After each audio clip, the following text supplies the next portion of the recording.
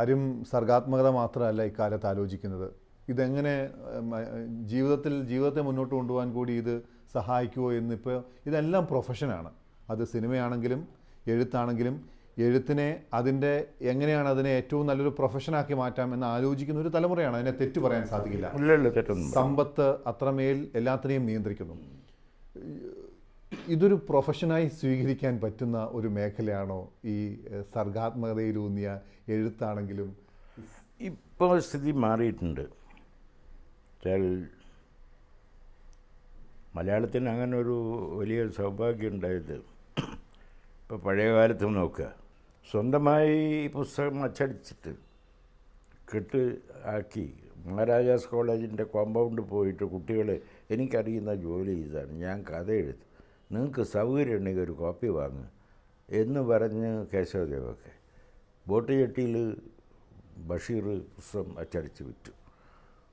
ആ കാലത്ത് തന്നെ ജോലിയുള്ളത് വേണ്ടാന്ന് വെച്ച് എഴുത്തിൽ ഫുൾ ടൈമായിട്ട് ജീവിക്കണമെന്ന് എസ്കേപ്പറ്റൊക്കെ തീരുമാനിച്ചു.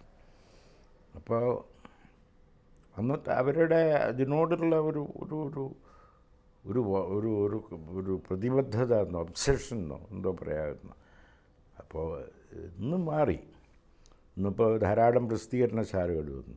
ദിവസം എന്ന് പറഞ്ഞ പോലെ അനേകം പുസ്തകങ്ങൾ, നല്ലതോ ചീത്തയോ എന്തോ ആകട്ടെ, എന്നും പുസ്തകങ്ങൾ വന്നുകൊണ്ടിരിക്കുന്നു. പബ്ലിഷേഴ്സ് ധാരാളം വന്നു, മാഗസിൻസ് ധാരാളം വന്നു. അപ്പോൾ ഇന്നത്തെ കാലഘട്ടം ഒന്ന് മാറിയിട്ടുണ്ട്. അപ്പോൾ അതുകൊണ്ട് എഴുത്തിലൂടെ ഇന്ന് ആളുകൾക്ക് ജീവിക്കാൻ പറ്റും എന്നൊരവസ്ഥ എത്തിയിട്ടുണ്ട്. അപ്പോൾ ഇത്രയും നമ്മളൊരു കാര്യമുള്ളത് നമ്മളൊന്ന് ആലോചിക്കേണ്ടത്, മലയാളത്തിലെ ആദ്യത്തെ സാമൂഹ്യ നോവൽ എന്ന് പറയുന്നത് ഇന്ദുലേഖ 1889 അത് വരുന്നത്. അപ്പോൾ ഒരു 125 കൊല്ലം. ഒരു ഭാഷയെ സംബന്ധിച്ചിടത്തോളം ചെറിയൊരു കാലഘട്ടം. ആ ഒരു ചെറിയ കാലഘട്ടത്തിൽ നമ്മൾ കുറേ കഥകളുണ്ടായി, നോവലുകളുണ്ടായി, പുസ്തകങ്ങളുണ്ടായി, അതിനൊക്കെ വായനക്കാരുണ്ട്. ബുക്ക് ഫെയറുകളിൽ പോയി നോക്കിയാൽ നമുക്ക് അത്ഭുതം തോന്നും. ഈ ദൃശ്യമാധ്യമങ്ങളുടെ ആകർഷണമൊക്കെ ഉണ്ടായിട്ടും ഓരോ ബുക്ക് ഫെയർ കഴിയുമ്പോഴും പബ്ലിഷേഴ്സിനോട് ചോദിച്ചാൽ പ്രീവിയസ് ഇയറിനേക്കാളും കൂടുതൽ വിറ്റിട്ടുണ്ട് എന്നവർ പറയും. അപ്പം അങ്ങനത്തെ ഒരവസ്ഥയിലാണ് നമ്മൾ നിൽക്കുന്നത്. നമ്മളങ്ങനെ മൊത്തം ഈ പുസ്തകങ്ങൾ തുടങ്ങിയ കാര്യങ്ങളുടെ കാര്യത്തിൽ അങ്ങനെ വളരെ ഒരു നിരാശാഭരിതരാവേണ്ട ഒരവസ്ഥയും നമുക്കില്ല. വായനക്കാരുണ്ട്, പുസ്തകം പൈസ കൊടുത്ത് വാങ്ങുന്നുണ്ട്, പബ്ലിഷേഴ്സ് ഉണ്ട് ഇഷ്ടംപോലെ.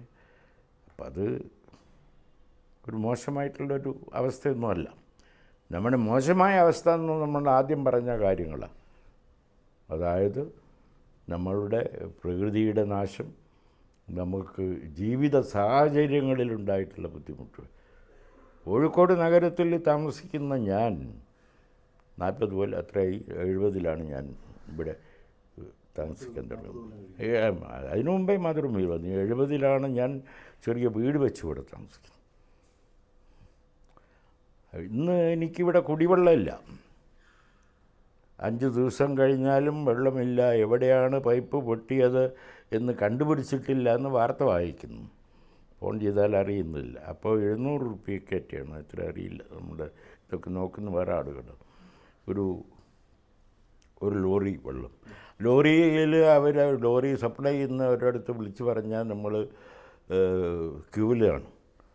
ഇപ്പോൾ രാവിലെ വിളിച്ച് പറഞ്ഞാൽ വൈകുന്നേരം ആകുമ്പോഴേക്ക് ക്യൂ ഉണ്ട്. അത്രയധികം ആളുകൾ വിളിച്ചിട്ടുണ്ടാകും. അപ്പോൾ നമുക്ക് ആവശ്യമായിട്ടുള്ള കുടിവെള്ളം, ശുദ്ധമായ വായു, ഒരു മേൽപ്പുര,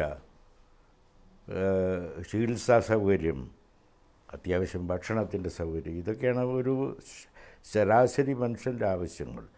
ഇതൊക്കെ ഇല്ലാത്തൊരവസ്ഥയിൽ നമ്മളൊരു സംസ്കൃത ജനതയാണെന്നൊന്നും നമുക്ക് അവകാശപ്പെടാൻ വയ്യ. അതാണ് നമ്മളെ അലട്ടുന്ന ചില പ്രശ്നങ്ങൾ. പിന്നെ ഇത്രയും വായിക്കുന്നത് ഏത് രീതിയിലാണ്? വായന കൊണ്ട് സാംസ്കാരികമായ ഒരു മുന്നേറ്റം നമുക്കില്ല. ഓരോ ദിവസവും നേരത്തെ സമൂഹം താഴേക്ക് പോകുന്നു എന്ന് നമുക്ക് ഭയക്കേണ്ടി വരുന്നു. പിന്നെ ഈ വായിക്കുന്നത് കൊണ്ടുള്ള ഗുണം എവിടെയാണ്? ഇത്രയധികം വിൽക്കപ്പെടുന്നുണ്ട്, വായിക്കുന്നുണ്ട്, ശരിയാണ്. കേരളം മാത്രമല്ല, ഭാഷകൾ വായിക്കപ്പെടുന്നു. എന്നിട്ട് പോലും എന്തുകൊണ്ടാണ് അതിൻ്റെ ഒരു മാറ്റവും മുന്നേറ്റവും? മാറ്റം വരുന്നില്ലാത്തതിലാണ് നമ്മുടെ ദുഃഖം. എന്തുകൊണ്ട് ഇങ്ങനെ വളരെ ഒരു സംസ്കൃത ജനതയാണ് എന്ന് പറയുന്ന പുരോഗമനാഭിമുഖ്യമുള്ള ജനതയാണെന്ന് പറയുന്ന നമുക്ക് എങ്ങനെ ഇതൊക്കെ സംഭവിക്കുന്നു? അതാണ് നമ്മളെ അലട്ടുന്നത്. ഇത് തന്നെ ഈ ചോദ്യം പലരും ചോദിക്കാറുണ്ട്. ഇത്രയധികം പുസ്തകങ്ങളൊക്കെ വിൽക്കുന്നതോടെ ഇപ്പോൾ ബംഗാളി കഴിഞ്ഞാൽ ഇന്ത്യയിൽ ഏറ്റവും അധികം പുസ്തകങ്ങളൊക്കെ ചിലവാകുന്ന ഒരു ഭാഷയാണ് മലയാളം. ഇന്ത്യയെക്കാളും വിൽക്കുന്നുണ്ട് ഇവിടെ. ഇങ്ങനെയൊക്കെ വായനക്കാരൊക്കെ ഉള്ളൊരു സമൂഹത്തിന് ഇങ്ങനത്തെ ഒരു ദുർഗതി വരുമോ എന്ന ആളുകൾ നമ്മളോട് സംശയം ചോദിക്കാറുണ്ട്. ഈ സംശയത്തിൽ നമ്മളും പങ്കുചേരുന്നു.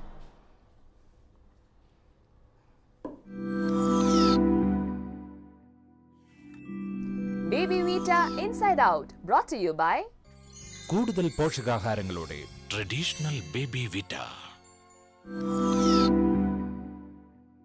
സ്വാതന്ത്ര്യാനന്തരം രാജ്യം കണ്ട, രാജ്യം അനുഭവിച്ച, കേട്ട വ്യക്തിത്വങ്ങളിലൊന്നായി നിൽക്കുമ്പോൾ ഒന്ന് ചോദിക്കട്ടെ, അങ്ങയുടെ ഈശ്വര സങ്കല്പം എന്താണ്?